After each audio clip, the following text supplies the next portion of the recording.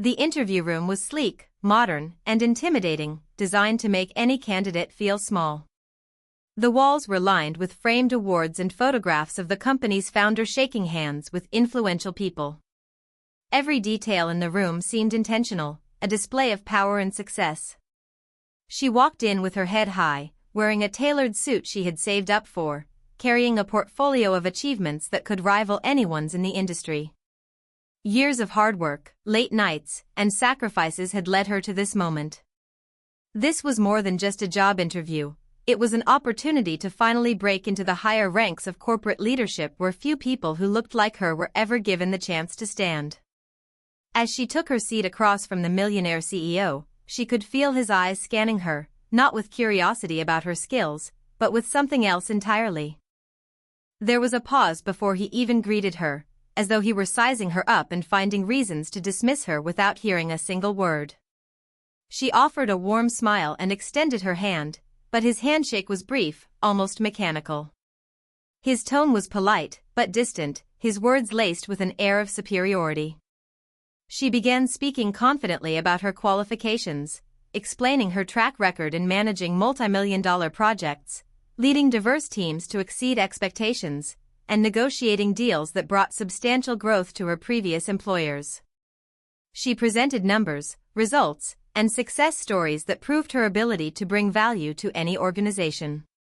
Each time she mentioned a major achievement, he nodded faintly, but his eyes never lit up with genuine interest. It was as if her words were bouncing off an invisible wall. At one point, she noticed his gaze flick toward her hands, her hair, and her skin. It was subtle, but unmistakable. She had seen that look before, in classrooms, in client meetings, in social gatherings where her presence was unexpected. It was the look that measured her against a silent checklist of acceptable traits, a list she could never fully meet because it had nothing to do with skill or talent. He asked her a few questions, but they felt rehearsed, almost obligatory. One of them was about cultural fit, a phrase she knew was often used to mask personal bias. She answered thoughtfully, speaking about her leadership philosophy and how she believed in empowering people to work at their full potential. He offered a tight smile but didn't write anything down. She could feel the energy in the room growing colder with every passing minute. She tried again, this time explaining how she had turned struggling departments into top performers, how she had developed innovative solutions that saved companies millions, how she had built trust with both employees and stakeholders. But no matter how much value she presented, there was no shift in his demeanor. His questions became shorter, his body language more closed off. By the halfway point, she already knew the decision had been made before she walked in. The rest of the interview felt like a formality, a performance where the outcome was already written. She watched him glance at the clock, shuffle his notes, and avoid prolonged eye contact. It wasn't that she wasn't qualified, she was overqualified. It wasn't that she didn't have the experience, she had more than most in the room upstairs. It was that she wasn't what he wanted to see sitting at the head of the table, representing his company in high-profile negotiations, making decisions that shaped the future. When he finally stood to end the meeting, there was no warmth in his voice, no real gratitude for her time. His parting words were smooth but empty, the kind of polite rejection that came wrapped in corporate language about other candidates and moving in a different direction. But beneath the words, she could hear the unspoken message as clearly as if he had said it out loud. It wasn't her skills. It wasn't her resume. It was her. She walked out of that building with her back straight, holding on to the dignity that no one could take away. The sting was there, sharp and heavy, but so was something else, an awareness of exactly what had just happened. She had not been evaluated on merit. She had been judged before she ever had the chance to prove herself. The door behind her closed with a quiet click, but the echo of the moment stayed with her, a sound she would remember for years. The drive home after that interview was long and quiet, but her mind was anything but still. The city streets blurred past as she replayed every moment in the CEO's office, the way his eyes skimmed over her accomplishments, the way his handshake lacked sincerity, the way his tone carried that subtle condescension she had grown too familiar with over the years. She thought about the effort it had taken to get there, the years of proving herself again and again, the countless times she had been told to work twice as hard to get half as far. This wasn't new. It was simply another reminder that the game was not played on equal ground. By the time she reached her apartment, the frustration had hardened into something else. She placed her bag down, took off her blazer, and sat at the small dining table with her laptop open in front of her. She didn't browse job listings. She didn't start rewriting her resume. She wasn't going to knock on another door just to have it slammed shut in her face. Instead, she sat there, staring at the blank screen, thinking about what it would take to make sure that men like him would never have the power to decide her future again. The idea started as a flicker, a small, stubborn voice inside her that said, "What if you didn't need him? What if you didn't need any of them?" That voice grew louder with each passing second, fueled by every rejection she had ever received, every backhanded compliment, every moment someone had underestimated her. She remembered her grandmother's words, "If they won't give you a seat at the table, build your own table." At that moment, the meaning hit harder than ever before.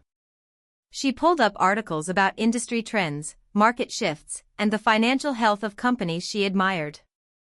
She looked at the gaps in the market, the areas where innovation was lacking, and the opportunities no one seemed to be chasing. The more she researched, the clearer it became, she didn't just want a job. She wanted leverage.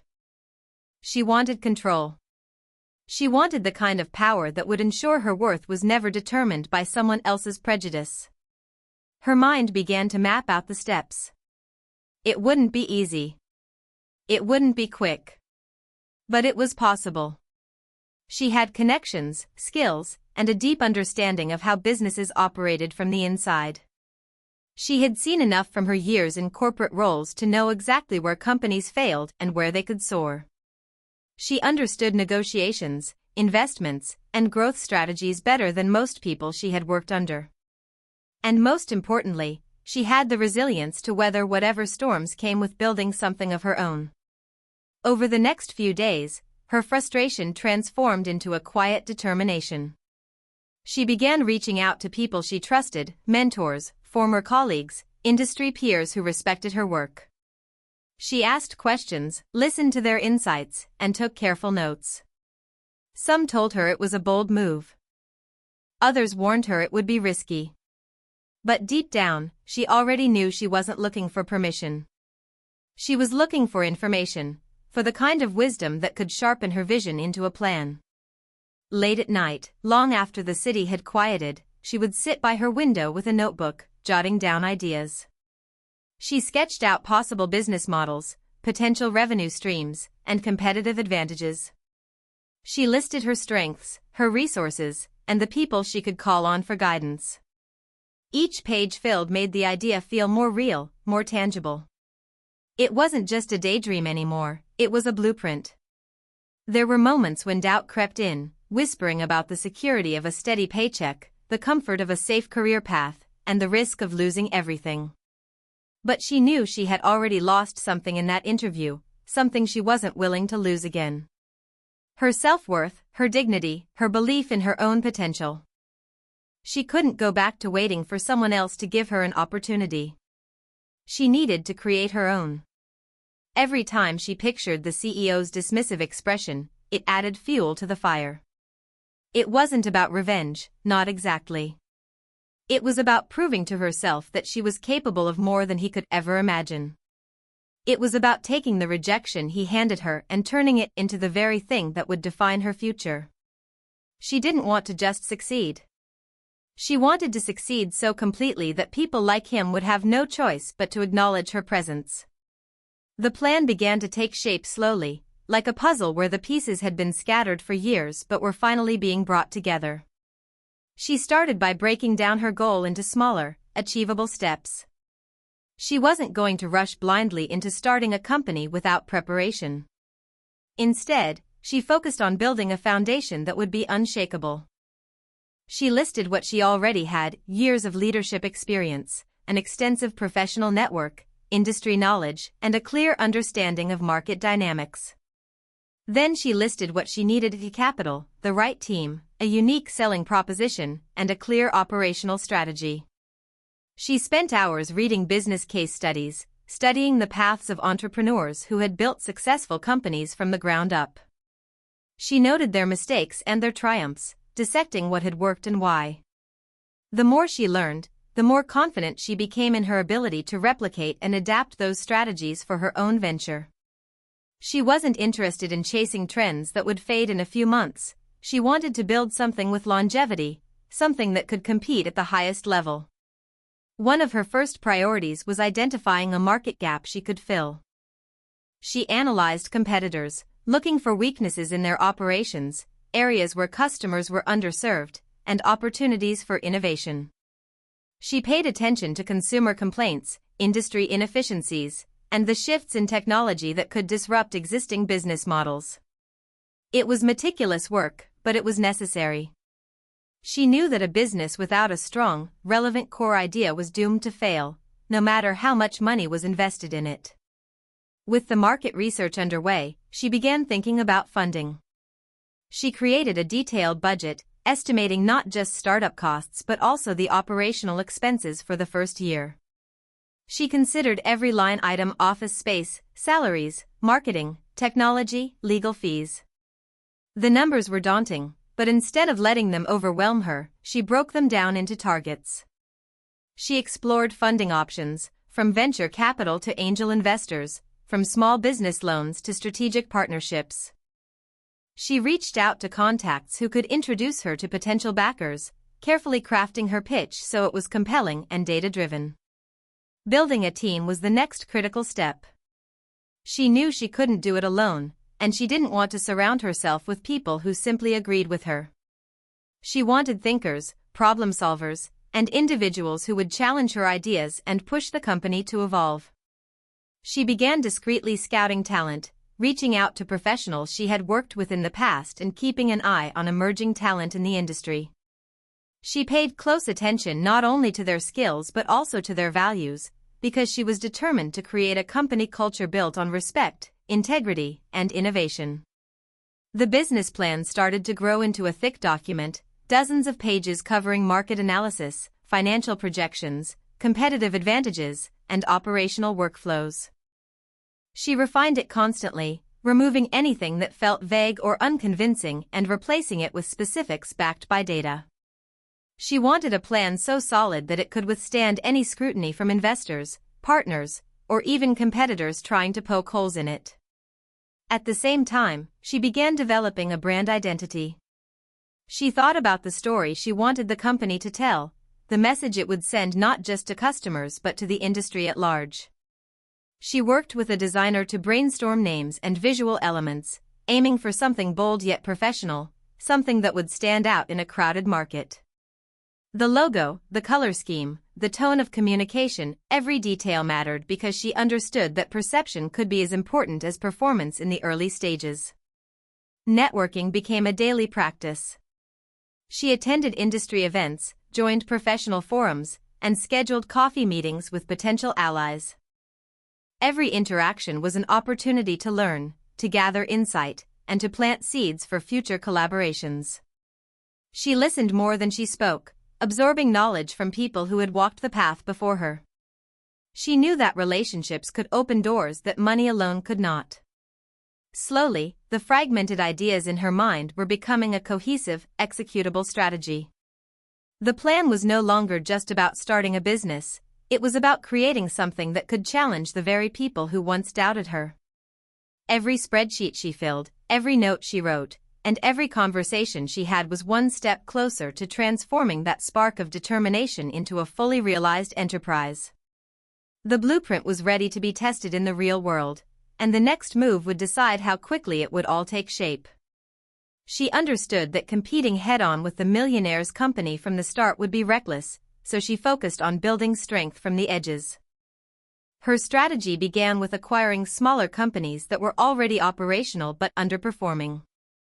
These were businesses with potential, good products, loyal customers, and skilled employees, but they lacked leadership, vision, or resources to scale. She sought them out deliberately, using her research and industry contacts to identify those on the brink of either growth or collapse. The right investment and guidance could tip the balance in her favor. The first acquisition was modest, a mid-sized firm in a niche market related to the industry she wanted to dominate. The deal took weeks of negotiation, but she came prepared with data, a clear turnaround plan, and a vision that impressed even skeptical sellers.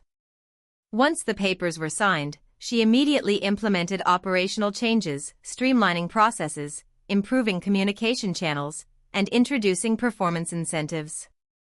Within months, the company began to show signs of recovery, customer retention improved, and revenues climbed steadily.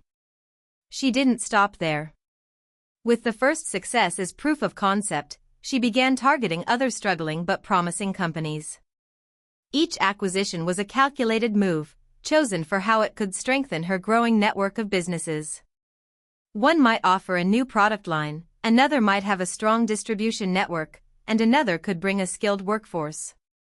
Together, they formed the building blocks of something much larger, a portfolio of assets that could collectively rival the very people who had dismissed her. Her method was deliberate and disciplined. She didn't chase flashy opportunities or let her ego drive decisions. Every deal was backed by analysis, market potential, customer base stability, competitive positioning, and integration feasibility. She often walked away from opportunities that didn't meet her standards, even if they looked lucrative on the surface. Her goal was not just expansion but sustainable growth. As she took over these companies, she built a reputation in the business community as someone who could breathe life into failing ventures. Word began to spread that she was a sharp strategist with an eye for hidden value. Some saw her as a threat, others as a savior. Either way, her name was becoming more familiar in circles that once ignored her entirely. Investors who had once been hesitant now began approaching her with proposals, eager to be part of her next move. She made sure that each acquisition worked like a puzzle piece fitting into the larger picture. The businesses complemented each other, allowing for shared resources, cross-promotion, and economies of scale. Where one company lacked marketing expertise, another could fill the gap. Where another had logistical challenges, a partner in the network could provide solutions. This synergy not only saved costs but also strengthened the entire group against competitors. Her leadership style was both demanding and empowering. She expected excellence, but she also gave people the tools and freedom to achieve it. She spent time on the ground with her teams, learning their challenges firsthand and showing that she valued their contributions. In industries where leadership often felt distant and disconnected, her presence and involvement stood out. Employees who had once been unmotivated now worked with renewed purpose, knowing they were part of something transformative. Over time, her acquisitions began to operate like a unified force rather than isolated companies. She encouraged collaboration between teams across different businesses, fostering innovation and problem-solving that would have been impossible if each company had remained independent. She also leveraged this network to negotiate better deals with suppliers and partners, further boosting profitability. With each acquisition, she not only grew her empire but also positioned herself closer to her ultimate target. Her portfolio was expanding in influence, capabilities, and market reach. Competitors were starting to take notice, including the very CEO who had once dismissed her in that interview room. While he likely saw her as just another new player in the market, she knew her approach was positioning her exactly where she needed to be. The structure she was building was no accident. It was designed to give her the leverage and resources to make a move that would change the balance of power entirely. The opportunity to strike came sooner than she expected. Through her growing network of contacts and business analysts, she learned that the Millionaire's company was facing internal struggles. Sales had been declining for consecutive quarters, a major client had recently pulled out, and employee turnover was at an all-time high. Rumors swirled about disagreements in the boardroom, tension among executives, and failed expansion attempts that had drained significant resources. From the outside, the company still appeared strong, but she knew enough about business to recognize the early signs of vulnerability.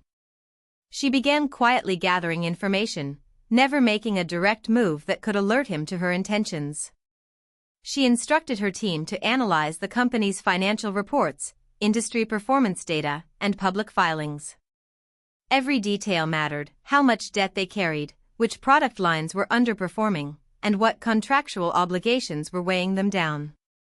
She paid attention to their partnerships, noting which ones were thriving and which ones were fraying under the pressure of a weakening market position.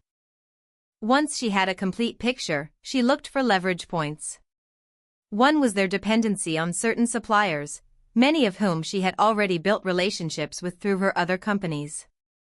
Another was the fact that several of their most talented employees had grown frustrated with poor leadership and lack of direction. She didn't poach them directly, but she made sure that her growing reputation as a decisive and visionary leader was visible in the industry. It was only a matter of time before word reached those looking for an escape. Behind the scenes, she began positioning her portfolio in a way that could naturally absorb his company's operations if the chance came. She expanded into product areas they specialized in, refined processes that mirrored their own, and strengthened her distribution networks in regions where they had influence. This way, if she acquired the company, integration would be seamless, and the transition would appear strategic rather than desperate. The moment of opportunity arrived when a series of bad investments forced his board to consider selling assets to stabilize cash flow. At first, they looked for buyers within their existing network, hoping to keep the deal quiet and under control. She knew she couldn't approach them directly without raising suspicion, so she used intermediaries, trusted contacts who could make discreet inquiries on her behalf. These intermediaries framed her interest as purely financial, downplaying any personal history or competitive motive. Negotiations began cautiously. The board was reluctant to admit the depth of their troubles, but she had done her homework and knew exactly where their weak points were.